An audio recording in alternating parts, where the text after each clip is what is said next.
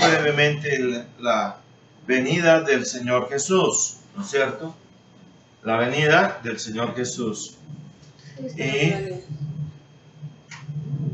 vamos a 2 de Timoteo, capítulo 4, versículo 6 al versículo 8. 2 de Timoteo, el capítulo 4, los versículos 6 al versículo 8. Voy a leerlo en la Reina Valera revisada 1960. Dice, 2 de Timoteo capítulo 4, versículos 6 al 8. Porque yo ya estoy para ser sacrificado, y el tiempo de mi partida está cercano. He peleado la buena batalla, he acabado la carrera, he guardado la fe.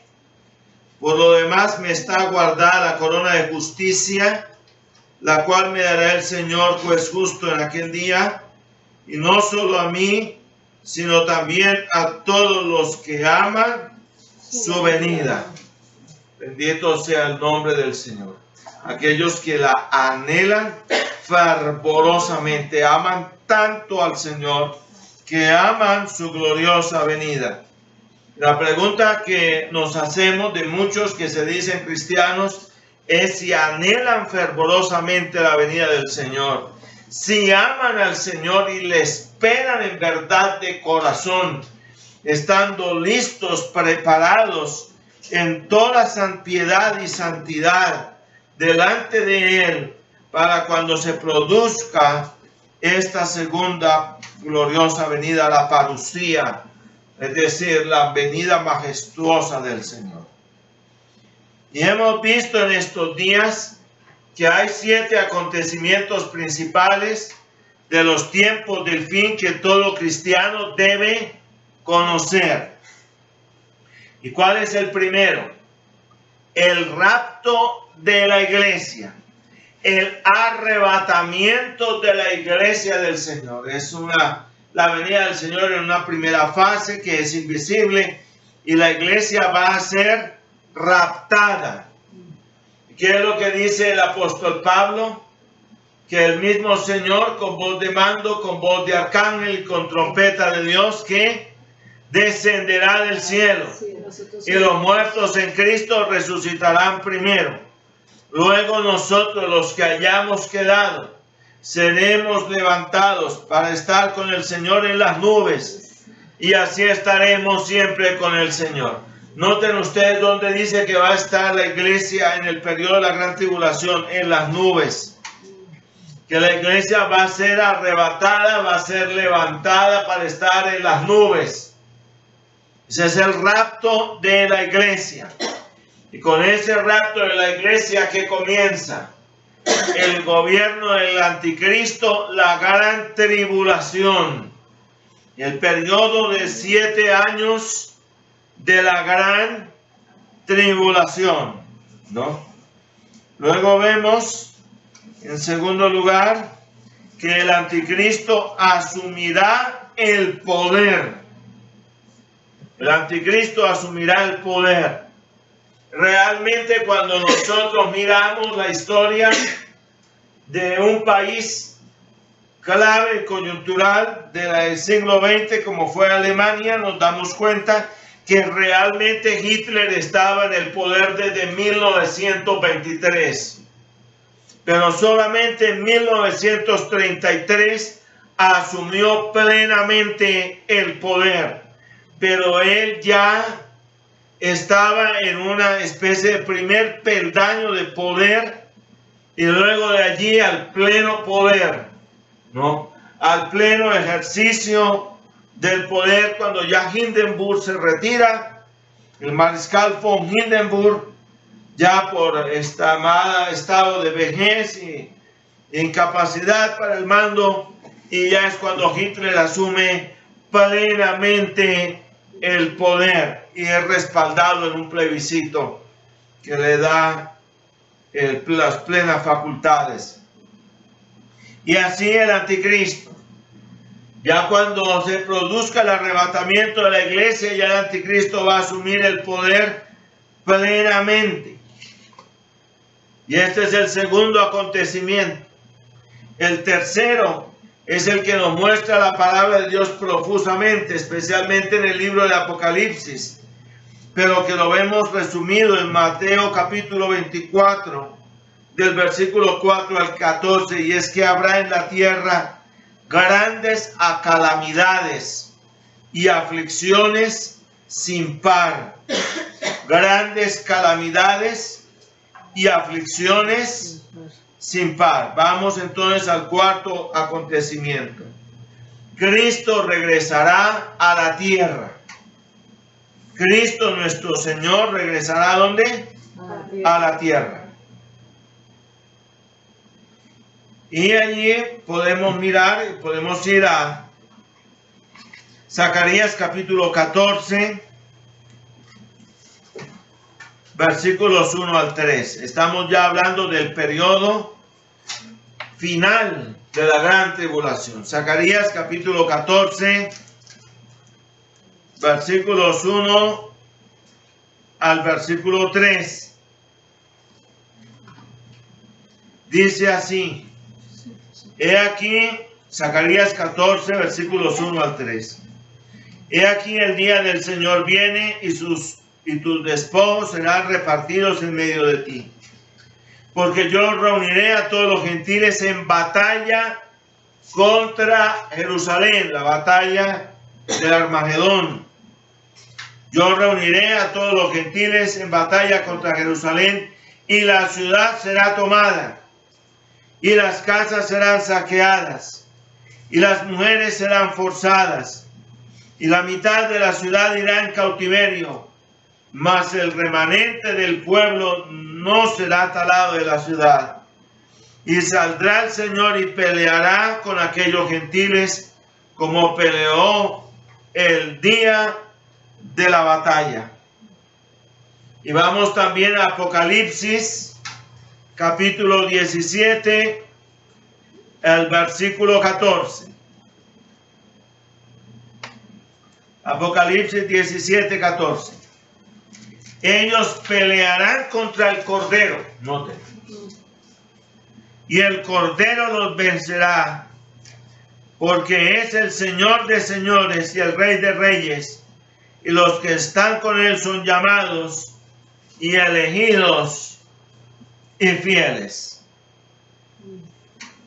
El odio contra Dios por parte del anticristo y sus huestes se cebará en los judíos, pero justamente cuando Israel se halle cercado, aparecerá el Señor en las nubes. Bendito sea el nombre del Señor. Amén. Un grito se escuchó en estos días en la mayor parte de las plazas de Francia y en la mayor parte de los principales lugares del mundo occidental. Odio a los judíos, muerte a los judíos. ¡Qué gran infamia! Desgarradura de vestiduras en todas partes, porque el gobierno del presidente Donald Trump de los Estados Unidos decidió poner en acción algo que había sido anunciado por anteriores presidentes de los Estados Unidos. Ellos habían prometido que trasladarían la embajada de los Estados Unidos en Israel de Tel Aviv a Jerusalén, reconociendo de ese modo a Jerusalén como la capital legítima del Estado de Israel contra las pretensiones artificiosas de árabes y palestinos. Y por eso este grito de odio, por eso la desgarradura de vestiduras que se da en el mundo en este momento, y el antisemitismo galopante. Pero lo cierto es que si nosotros miramos bien las cosas, no será esa desgarradura por múltiples otros acontecimientos en el mundo. Por ejemplo, desde 1945, Rusia ocupa las Islas Kuriles del Japón desde fines de la Segunda Guerra Mundial y aún no se ha hecho nada al respecto. Ese es un archipiélago que se halla entre la península del Kamchatka, en la parte extrema oriental de la Federación Rusa, la antigua Unión de Repúblicas Socialistas Soviéticas. Y sucede que entre la península del Kamchatka y el Japón hay todo un rosario de islas que son un archipiélago, que son las Islas Kuriles. Esas islas le pertenecen al Japón y el régimen de Stalin tomó posesión militar de ellas. Y hasta el día de hoy, Rusia sigue ejerciendo dominio sobre esas islas y no hay desgarradura de vestiduras para decir que esas islas no le pertenecen a la Federación Rusa, como es hoy, sino que le pertenecen en justicia al gobierno, al Japón y a su gobierno.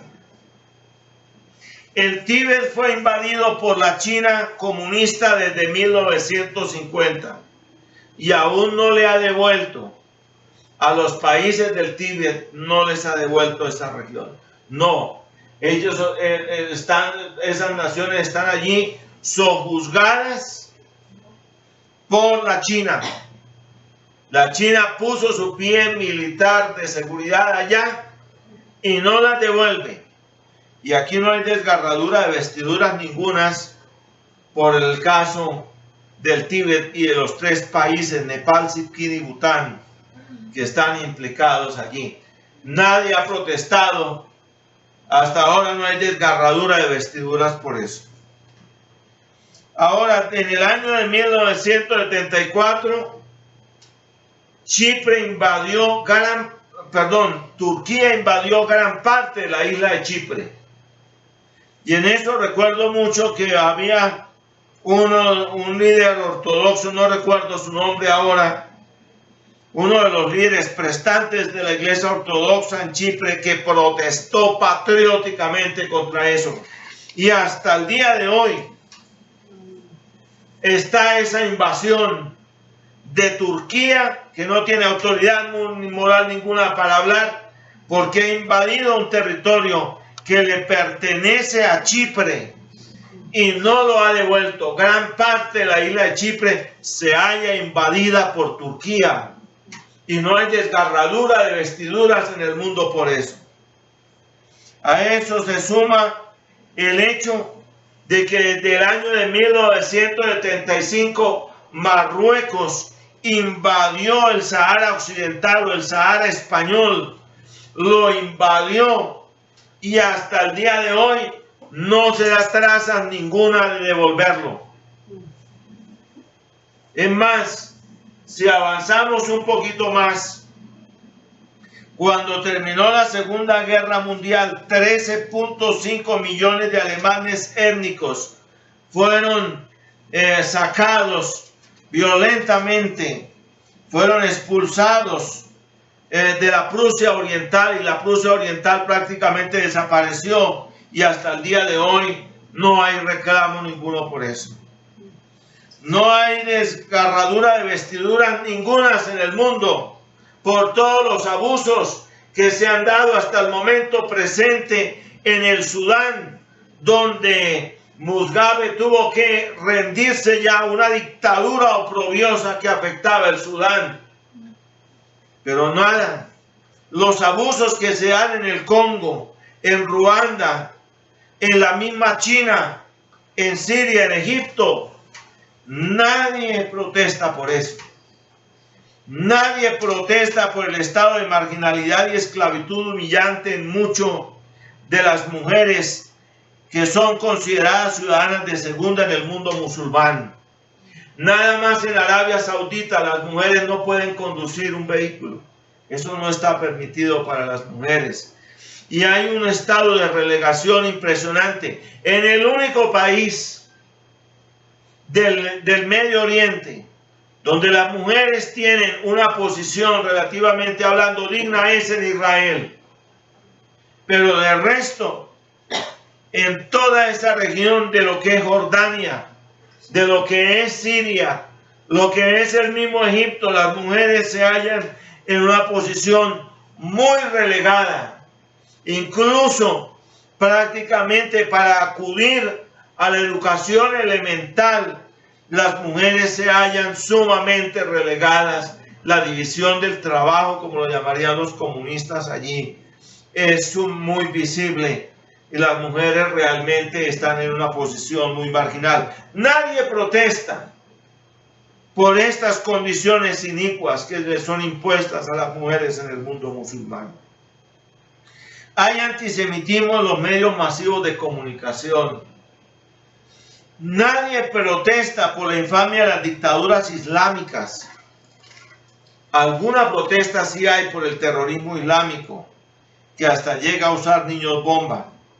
Es más, ¿qué país protestó por la infamia del fallo prevaricante del Tribunal Internacional de La Haya contra Colombia, concediéndole prácticamente todo el mar de las islas del archipiélago de San Andrés y Providencia a Nicaragua?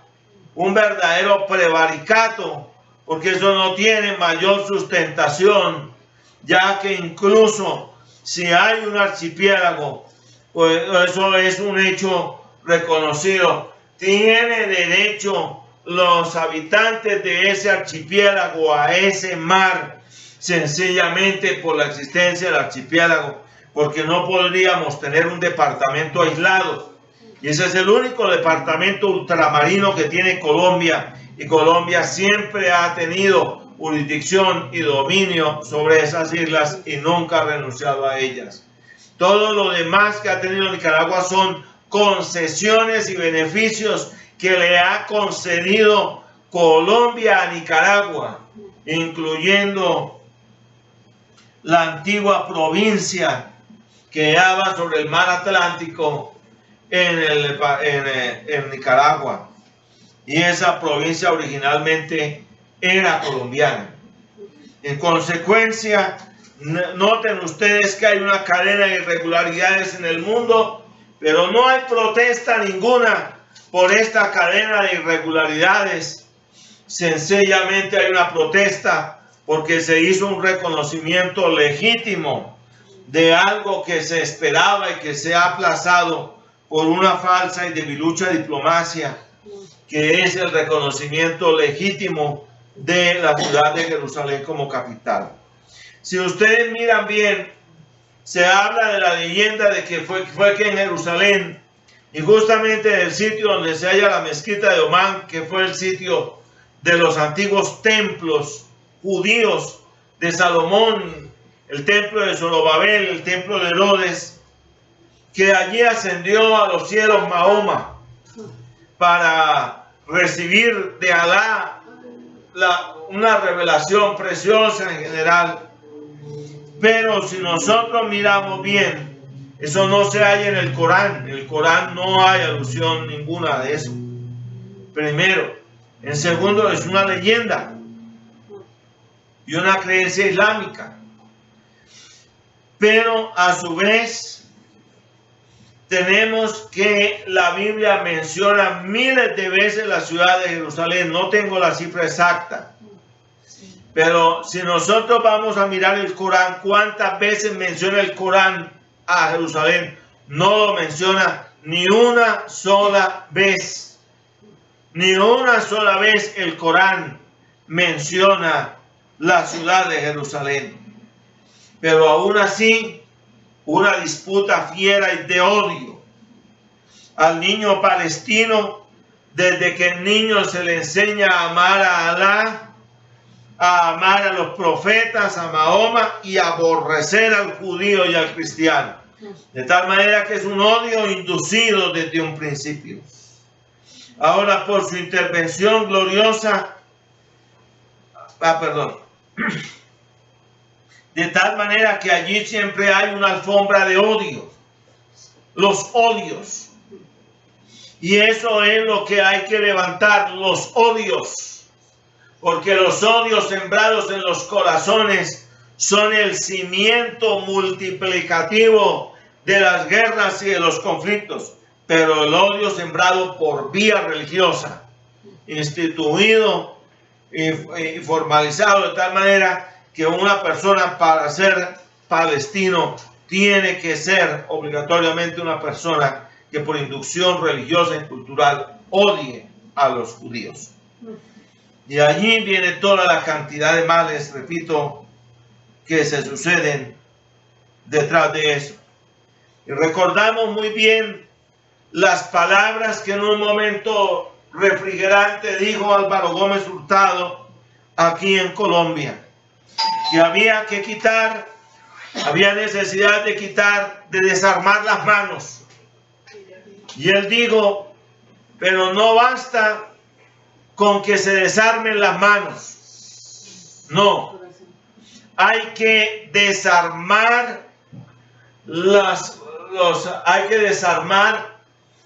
corazones.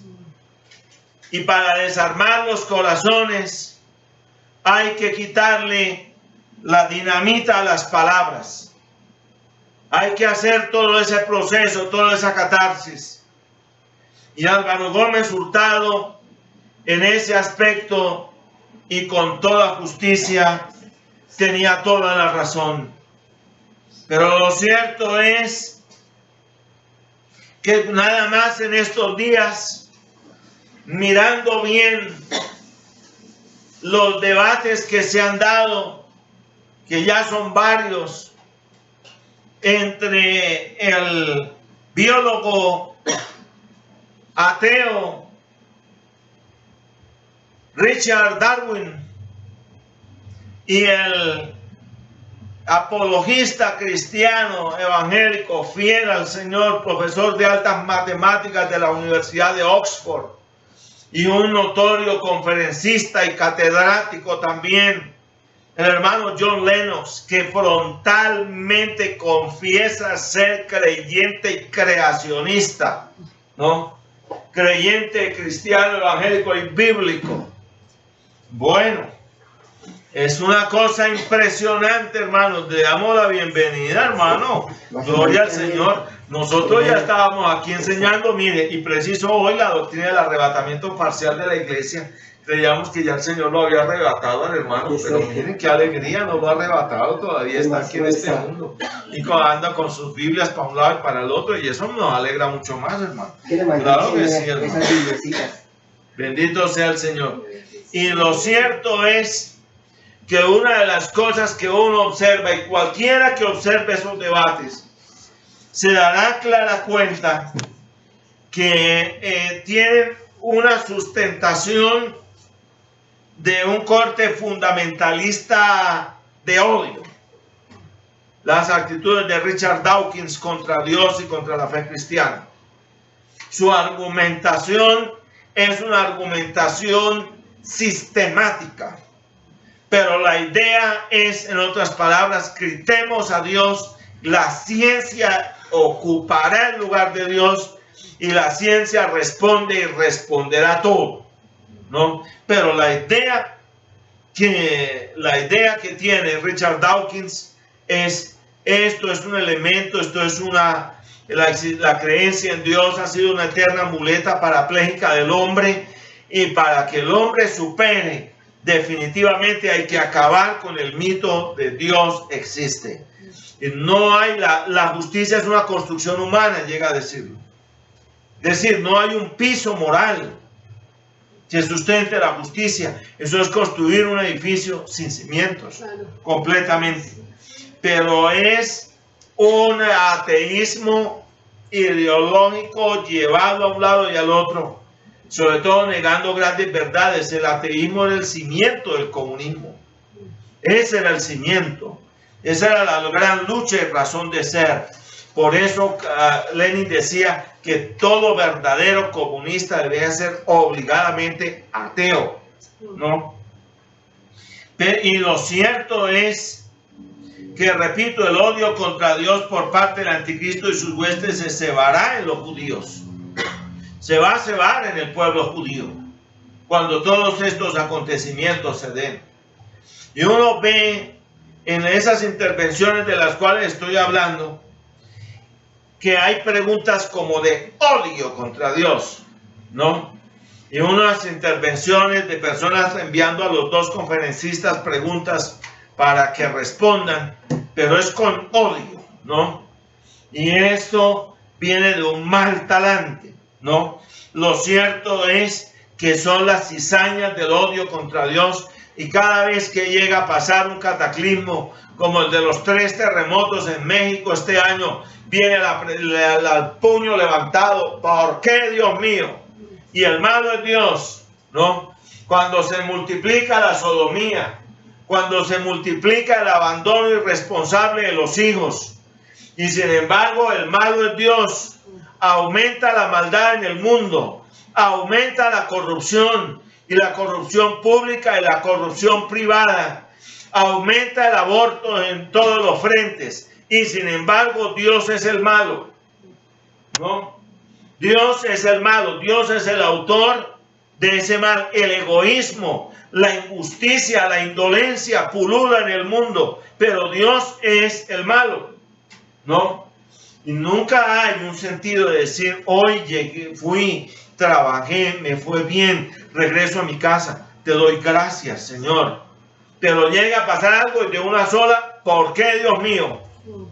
¿No? ¿Por qué?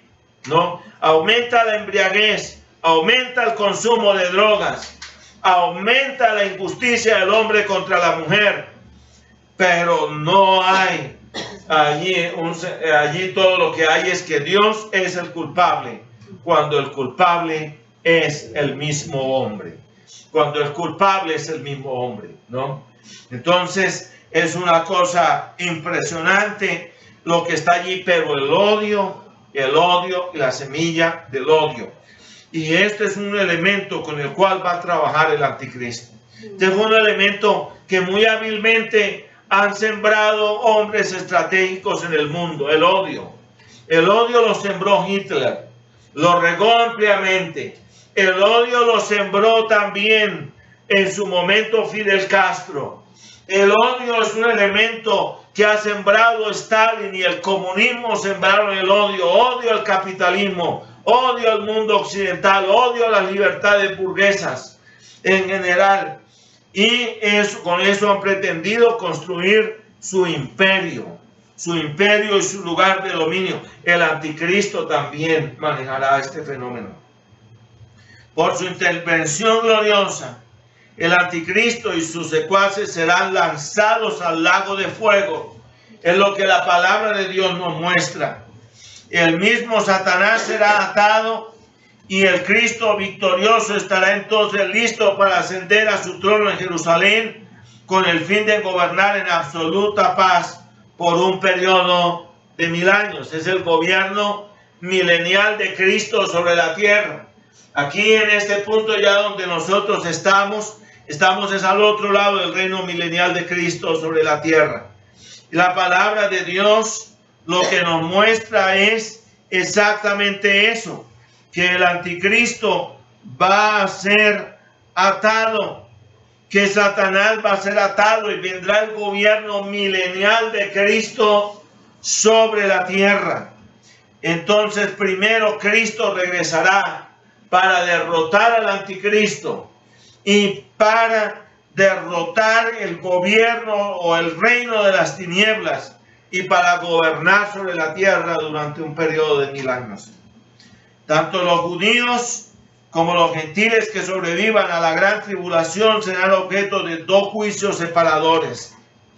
En primer lugar, el de los judíos creyentes, judíos y gentiles creyentes, y también de los judíos y creyentes incrédulos. Vamos a ver lo que dice Ezequiel, capítulo 20, versículos 33 al 44. Ezequiel, capítulo 20, versículos 33 al 44. Versículos 33 al 44. Mire lo que dice. Vivo yo, digo el Señor Dios, que con mano fuerte y brazo extendido y enojo derramado tengo que reinar sobre vosotros. Y os sacaré entre los pueblos, y os juntaré de las tierras en que estáis, esparcidos con mano fuerte y brazo extendido y enojo derramado. No. Aquí está hablando de los judíos. Y os he de traer al desierto de pueblos, y allí litigaré con vosotros cara a cara, con cada judío, cara a cara. Como litigué con vuestros padres en el desierto de la tierra de Egipto, así litigaré con vosotros, digo el Señor Dios. Y os haré pasar bajo vara, y os traeré en vínculo del pacto, y apartaré de entre vosotros los rebeldes y los que se rebelaron contra mí. De la tierra de sus destierros los sacaré, y a la tierra de Israel no vendrán, y sabréis que yo soy el Señor. El juicio de Dios sobre los judíos, tanto creyentes como incrédulos. Y dice, y vosotros, oh casa de Israel, así digo el Señor Dios, andad cada uno tras sus ídolos y servirles, pues que a mí no me escuchéis, y no profanéis más mi santo nombre con vuestras ofrendas y con vuestros ídolos. Porque en el monte de mi santidad, en el monte de Israel, digo el Señor Dios, allí me servirá toda la casa de Israel, toda ella en la tierra. Allí los querré, y allí demandaré vuestras ofrendas y las primicias de vuestros dones con todas vuestras cosas consagradas. Con su olor de suavidad os aceptaré. Cuando os hubiere sacado de entre los pueblos, yo os hubiere juntado de las tierras en las que estáis esparcidos, y seré santificado en vosotros en los ojos de los gentiles.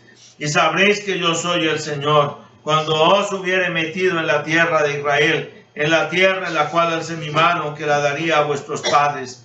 Y allí os acordaréis de vuestros caminos y de todos vuestros hechos en que os contaminasteis, y os avergonzaréis de vosotros mismos por todos vuestros pecados que cometisteis. Y sabréis que yo soy el Señor, cuando hiciere con vosotros por causa de mi nombre, no según vuestros caminos malos, ni según vuestras perversas obras, oh casa de Israel, digo el Señor Dios.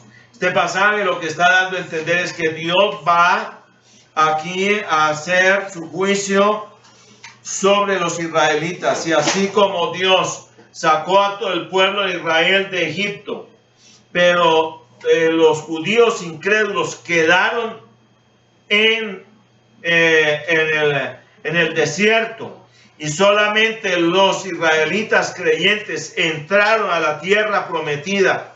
Así también Dios va a juzgar al pueblo judío, y los judíos creyentes serán separados de los judíos incrédulos, y solamente los judíos creyentes recibirán los beneficios de la gracia de Dios en el reino milenial de Cristo.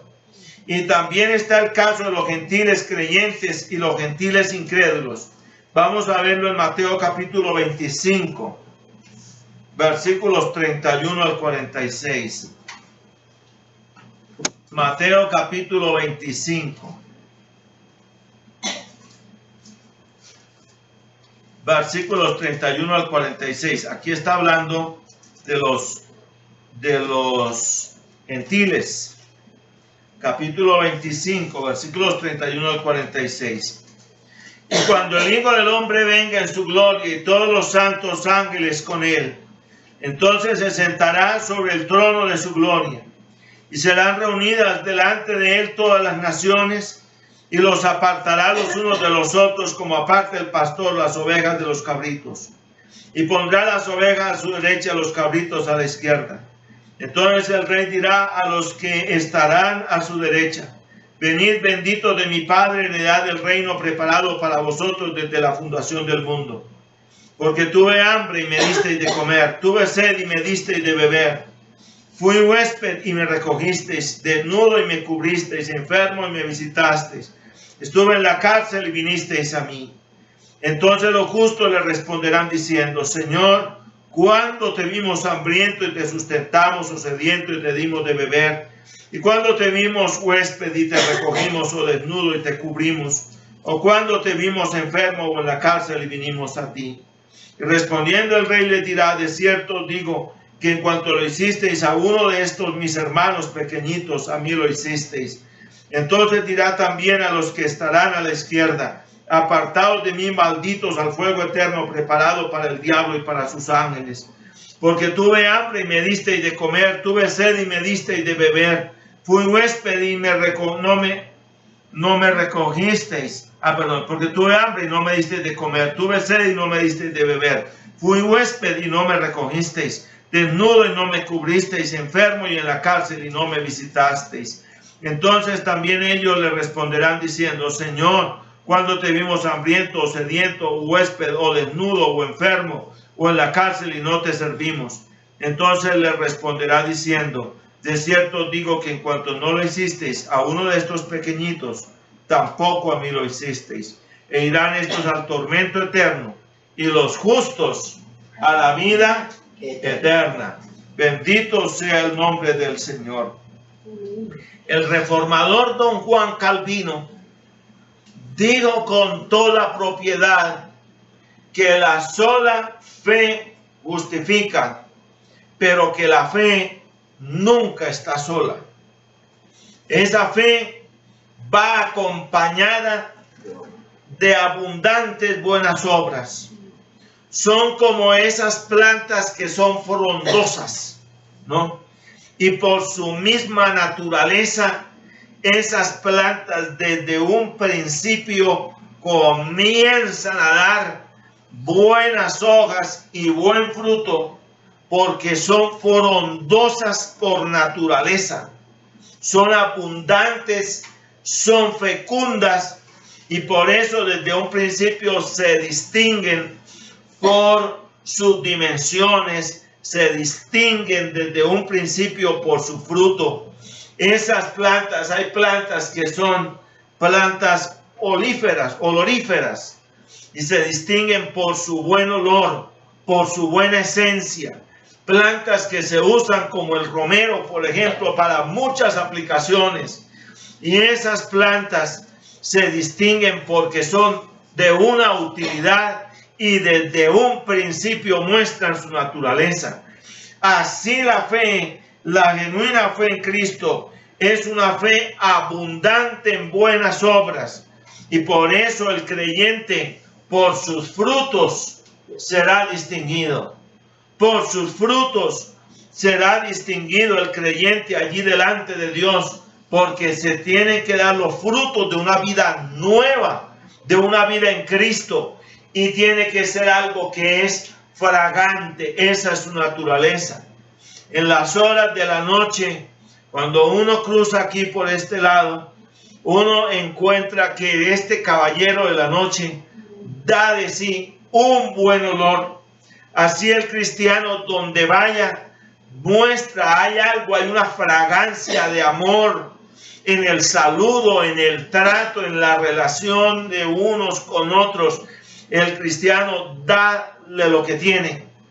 Y por eso es que uno llegue y sacude aquí el caballero de la noche y suelta lo que él tiene. Da de lo que tiene. Así el creyente da de lo que tiene. Si una persona tiene odio, ¿qué da? Odio. Es increíble. Esto que estoy diciendo no lo estoy tomando y no tomo partidismos, pero lo dijo cierto político colombiano en la Universidad del Valle en estos días, ¿no? Que de eso no se sacaba nada bueno. Y dijo que cuando estuvieran en política metidas las mujeres, y uno estuviera en el campo de la lid, lo pensara dos veces, porque siempre debía haber una buena dosis de caballerosidad, porque en esa caballerosidad se distingue el que es un hombre, un varón, del que es un patán, ¿no? Porque uno no puede jamás insultar a las mujeres. Uno tiene que guardar unas distancias. Y eso es así. Y sucede que el que es caballero es caballero. El creyente debe distinguirse por su caballerosidad, su don de gentes. Siempre donde vaya, la gente debe percibir en nosotros, aún en el saludo del creyente, se percibe la diferencia. Se debe percibir la fragancia de Cristo. Se debe percibir en nosotros el fruto del Espíritu de Dios. Y ojo con esto. Ahí sí, como lo decía Jorge Eliezer Gaitán, nosotros no hablamos este lenguaje porque odiamos, sino porque amamos. Y porque sabemos que detrás de estas banderas y estos estandartes de lucha, solamente se encuentra la resolución de un pueblo dispuesto a hacer valer sus muy justos y legítimos derechos. Nosotros no hablamos ese lenguaje del odio, decía. Y por eso nos llaman demagogos. Y un hombre que se hacía azotar sus carnes sin necesidad. Un hombre que gritó en nombre de la justicia para que la justicia fuera respetada. Ese divino hombre llena todo nuestro espíritu, porque en él la verdad no es simple mariposa de contemplación, sino fuego que se desplaza sobre el plano de la vida para que los humildes tengan un puesto en ella y no sea todo de aquellos que los explotan y los oprimen. Eso decía Gaitán hablando de Jesucristo nuestro Señor. Pero no era el lenguaje del odio. Y lo que tenga que ver con el odio no tiene que ver con el evangelio de la honra y de la gloria de Dios. No amamos. No nos nace, no es de nuestra naturaleza. Es de la naturaleza adámica caída. Pero no del creyente. Y porque el creyente ama, da frutos de amor. Da frutos de justicia. Repito, ese es el lenguaje con que hablamos. Ese es nuestro credo. En esto estamos y hacia allá vamos. Vamos hacia la ciudad del gran rey. El mundo se deshará en ese acontecimiento de la gran tribulación y el inicuo gobierno del anticristo, que pretenderá destruir a Israel, pero no lo logrará. El Señor vendrá en las nubes. Gloria a su nombre para siempre. Y Él sí va a juzgar con toda justicia. En estos debates que estaba oyendo en estos días, una cosa tremenda. El doctor John Lennox habla con una propiedad única. Y le dice entonces, señor Dawkins, eso significa que todo termina en la tumba. No hay un más allá. No hay un juicio eterno. Hay tantos actos de la justicia humana donde la justicia humana no hizo justicia, sino injusticia. Y van a escapar. Dice que después de la tumba no hay nada. Entonces él dice, felicitaciones, señores Hitler y Stalin. Muchas felicitaciones. Ustedes no tendrán cadena perpetua en la eternidad, porque no hay más eternidad. Ustedes se le escaparon a la justicia y así se quedó todo, ¿no es cierto? Pero sucede que sí hay una justicia eterna y a esa justicia divina nadie se le escapará. Pero oh, la gloriosa buena nueva de Dios en Cristo es esta, y con esto termino. Y es que a todo aquel que ha puesto su fe en Cristo Jesús para salvación, la investidura de la justicia de Cristo le es imputada. Y por esa investidura será preservado en aquel día. Es decir, nos ha sido imputada la justicia de Cristo. Y por eso somos justificados por gracia mediante la sola fe en Él. Bendito sea su nombre para siempre. No es solamente un Dios, sino que es un Dios inmensamente sabio, justo, amoroso. Alabado sea su nombre. Te damos toda honra, gloria y loor, Señor, en esta hora. Gracias, Señor. Hermanos, recordemos que el Señor Jesús nació para nuestra esperanza, murió para nuestra redención, resucitó para nuestra justificación, ascendió a los cielos para interceder por nosotros y viene pronto. Y Señor, por esto te pedimos perdón por todos nuestros pecados, más amor y más consagración, Señor. Obra en nosotros ese precioso amor creciente, que amemos, Señor, al más ignorante, que amemos, Señor, a la persona más llena de odio y de egoísmo, que podamos amarlos a todos, Señor. Y te pedimos perdón por nuestros pecados, entonces, de todo corazón. Y Señor, no hay forma de amar sin que en nuestras vidas haya consagración a ti. Señor, que nuestros corazones sean vaciados de egoísmos y mentes, mezquindades, apegos al mundo. Y que sean más llenos de ti, Señor, y de tu amor, Señor.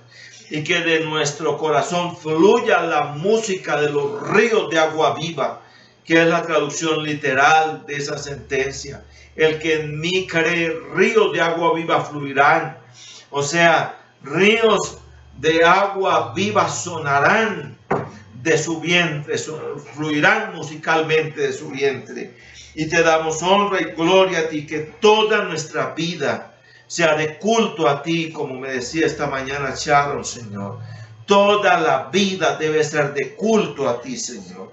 Te damos la gloria, Señor, la honra y la alabanza por los siempre, Señor. Amén y amén.